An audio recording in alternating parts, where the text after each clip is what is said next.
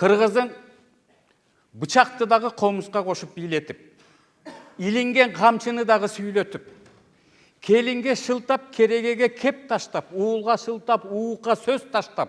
Сүйүнбек Касманбетовдун мына ушинтип көпчүлүк чогулган жыйындарда социалдык тармакта кыргыздын улуулугун, укумдан тукумга өтүп келген улуу мурастарын, улуттук сыймыгын, каада салт, тарыхы, нарк насили тууралуу улуу нарк баяндарын, Манас, Семетей, Сейтек, башка дагы ооз-эки чыгармалардагы уламыштар, таамай айтылган накыл кептери эми кагызга түшүрүлүп, китеп болуп жарык көрдү. Элге руханий азык боло турган Нарк Куржун 2 китеби жаңы эле басмаканадан чыкты.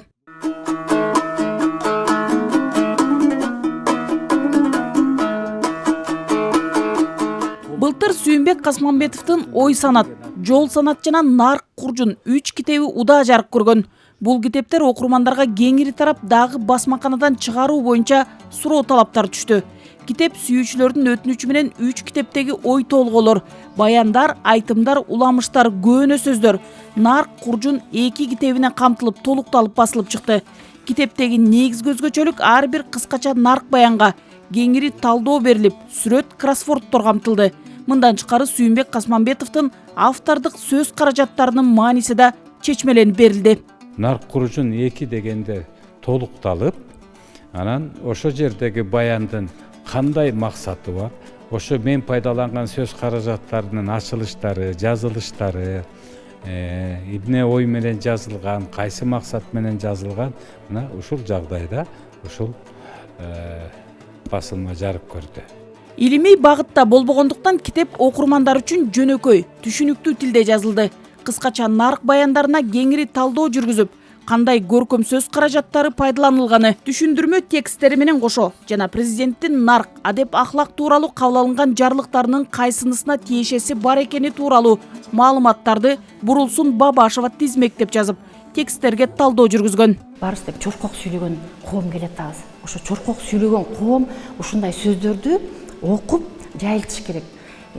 Биздин тилегибиз, максатыбыз ошол болгондо, ушул китеп жөн эле калып кала бербей, колдон келишинче мектептерде жана кеп маданияты деген бар, кеп байлыгы деген сабактар бар. Учурда бардык мектепке сабактан сырткары нарк сааттар кирген. Анда Сүйүнбек Касманбетовдун социалдык тармактарга жарыяланган нарк тууралуу баяндары, уламыш, айтымдары жана буга чейин чыккан 3 китеби көрсөтмө курал катары пайдаланылат. Педагогика илимдеринин доктору Жеңишбек Чыманов мамлекеттик катчынын Нарк Куржун 2 китебин тарбия таалим берүүдө усулдук курал катары колдонсо болот деген ойдо. Профессор бул пикирин китепке жазган баш сөзүндө да белгилеген. Сүйүнбек ушундай сөздөрдү айтып, жакшы нерселер сүйлөп жатат. Китептерди чыгарып атат. Бул эң сонун нерсе. Бирок бул иштин жарым жартылайы.